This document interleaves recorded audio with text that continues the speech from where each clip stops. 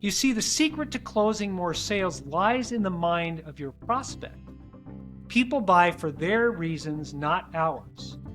If they are not buying, it's because you haven't asked enough questions to truly understand them, or your product or service doesn't fit their needs. If you've been around sales for any length of time, you've heard the phrase, "It's a numbers game." Have you ever asked yourself if that belief is helpful or not? When salespeople adopt that belief and begin to treat people like a number instead of a person, it is easy to see why there is so much pain in the sales process and a low opinion of salespeople in general.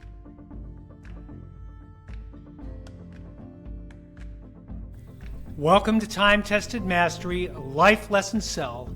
I'm your host, Mark Dolan, and today we're diving deep into a topic that separates good salespeople from extraordinary ones. Understanding sales psychology and working with it rather than against it. Sales isn't just about transactions.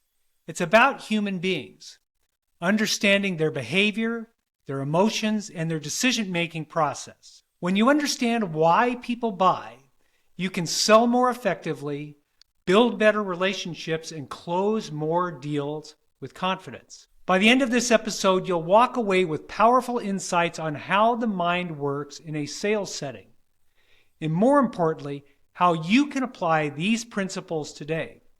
So let's get into it. Have you ever wondered why people buy things they don't need? Or why one salesperson can say the exact same words as another, yet get completely different results? Sales success often seems to be a mystery. It seems hard to connect the dots and predict results consistently. If you've been around sales for any length of time, you've heard the phrase, "It's a numbers game." Have you ever asked yourself if that belief is helpful or not? When salespeople adopt that belief and begin to treat people like a number instead of a person, it is easy to see why there is so much pain in the sales process and a low opinion of salespeople in general. Success in sales comes down to our understanding of buyer behavior and how the brain makes decisions. Here's the deal. Buying isn't a logical process. It's emotional first, then rationalized later. That means people buy based on feelings and instincts, then justify their choices with logic. People buy on emotion and justify with facts. Think about the last time you made a big purchase. Did you analyze every little detail first, or did you have a gut feeling about it? Chances are you knew exactly what you wanted before you even started looking. Your emotions played the primary role. People tend to use information to disqualify the product or salespeople after they have already decided they want something. Usually they decide what they want, and as they gather information, they disqualify solutions that don't get them what they want. The best presentations are more successful because they avoid giving people too many reasons not to move forward, instead of bombarding them with all the reasons why they should. This is why understanding the decision-making process is key. First, awareness. The buyer realizes that they have a need or a desire. Second part is consideration. They explore the possible solutions. And the third is they make a decision. They take action in their choice. When you know how people think, you can tailor your approach to guide them toward a decision. Now, let's break down some of the most powerful psychological triggers that influence buying decisions. The first is reciprocity, the power of giving first. People naturally feel obligated to return favors. If you provide value up front, whether it's free advice, a sample, or just genuine help, your prospects will be more inclined to do business with you. For example, have you ever been given a free sample at a store and suddenly felt more open to buying the full product? That's reciprocity in action. Early on in my sales career, my mentor in real estate mailed a comparative market analysis to every single lakefront in our marketplace every single year. Now, clearly he wanted to control that geographical area but he also gave something of value first and took advantage of the principle of reciprocity. The second trigger is a commitment and consistency. Small yeses lead to big yeses.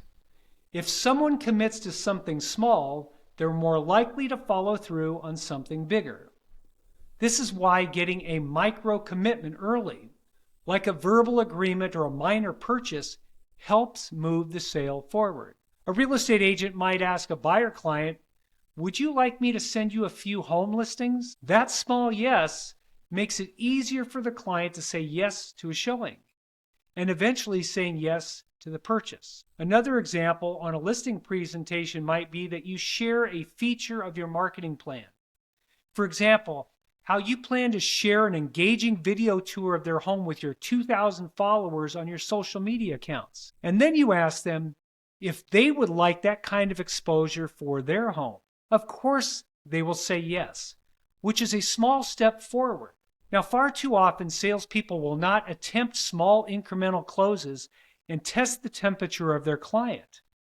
Instead, they wait until the very end of the presentation, and because they haven't done any test closes along the way, they have no clue if the seller's moving in their direction or simply politely gathering information, nodding their head. A no response at the end of the presentation is painful and almost impossible to overcome after you have no arrows left in your quiver. Let's move on to another social trigger, social proof. People follow the crowd. Buyers trust what others say more than what you say. That's why testimonials, reviews, and direct referrals are gold in sales. You want them. There used to be a phrase in the old days called keeping up with the Joneses. That's social pressure. Now think about this. Have you ever chosen a restaurant because it had more 5-star reviews than the one next door? That's social proof at work. The same truth applies when looking for a hotel traveling across the country. My wife and I check the reviews and comments for hotels all the time before we book a reservation. Think about it. Consumers really distrust what salespeople say about themselves. So try to get other people to say it for you. Another trigger is the power of expertise. People trust experts. When you establish yourself as an authority in your field through knowledge, certifications, or a very strong reputation, clients are more likely to trust and buy from you. In today's world, with so much information available online, if you are not more up to date and targeted in on a specific market or a specific product, you won't be providing value to the customer that they can't find on their own. So here's a big tip.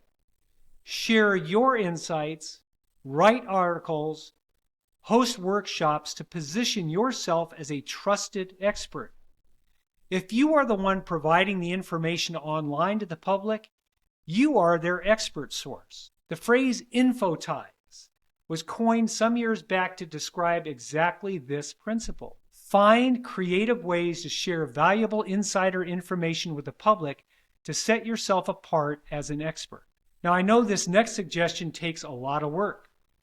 My sales team previews all the new listings in our marketplace, assuming the listing agent will make the home available and accessible every week. They see them in person, so that when we are introduced to a buyer prospect that asks about the property, we always have the ability to share something about the home that the buyer couldn't possibly know from the internet. For example, the abandoned appliances in the front yard of the neighbor next door, or the proximity to the flight path of the local airport, etc. This works with sellers too when we are pricing property during the listing presentation. When you politely, and I say politely, demonstrate knowledge that your prospect or customer doesn't know, you become more valuable to them. The next trigger is the power of being liked. Building rapport is one of the most important sales tools. We naturally prefer to do business with people we connect with. How? We like them to be genuine, listen actively, and find common ground with us. People don't buy products, really. They buy relationships and an experience. You see, this may be the most important sales psychology truth of them all. I really believe this is why so many salespeople spend far too much time bonding and talking about things unrelated to the business at hand because they want that connection. But they don't end up doing any business because they forget to get back to business. On the flip side are the people who are performance-driven and don't spend enough time making a connection. The key is to find the correct balance.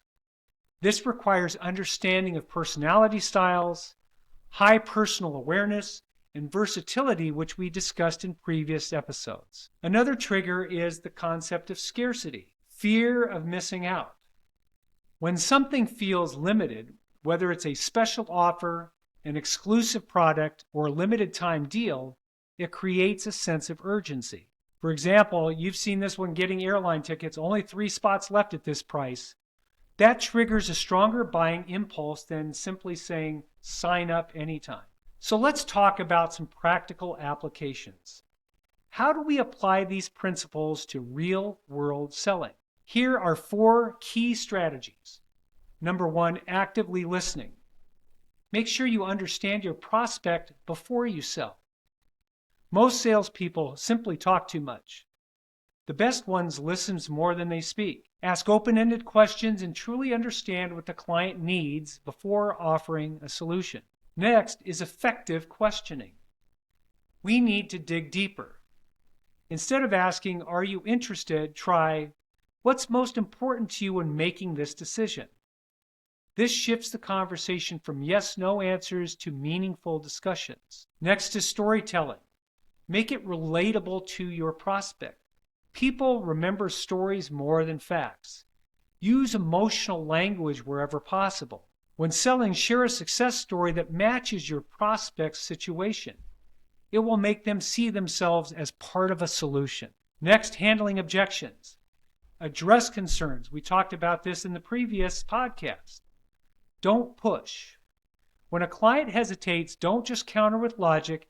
Acknowledge their concerns, show empathy, and provide reassurance. Another example of that, which we talked about last episode, I understand that price is a concern.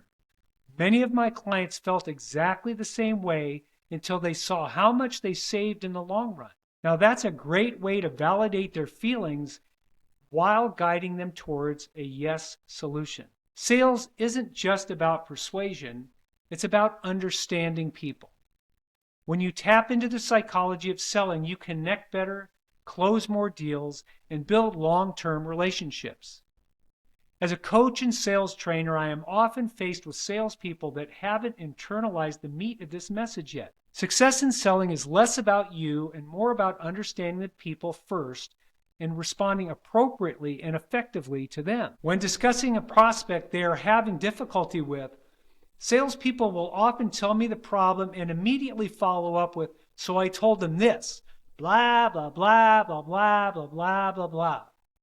I had a great friend who is a sales coach that gave me a perfect script for this. I know what you said, but what did they say? What does your buyer think? You see, the secret to closing more sales lies in the mind of your prospect. People buy for their reasons, not ours. If they are not buying, it's because you haven't asked enough questions to truly understand them, or your product or service doesn't fit their needs. So here's my challenge. Pick one of these psychological principles and apply it to your business right now. Experiment with these principles in your next sales conversation. Maybe it's using social proof, creating a sense of scarcity, or simply listening more. Try it and watch the difference it makes. And before I end for this week, let me take a moment to give a big shout out to our show sponsors, Cassie Winterowd at M5 Financial. You can reach her at area code 858-999-1778. And RE/MAX Big Bear Area Experts at 909-866-6161. Their contact info can be found in the show notes and comments. So if you found value in today's episode, share it with a friend or colleague. And don't forget to subscribe. Next week, we're talking about the art of following up, how to close more sales without being pushy. Until then, keep mastering your craft and making every conversation count. This is Mark Dolan signing off from Time Tested Mastery, Life Lessons Sell.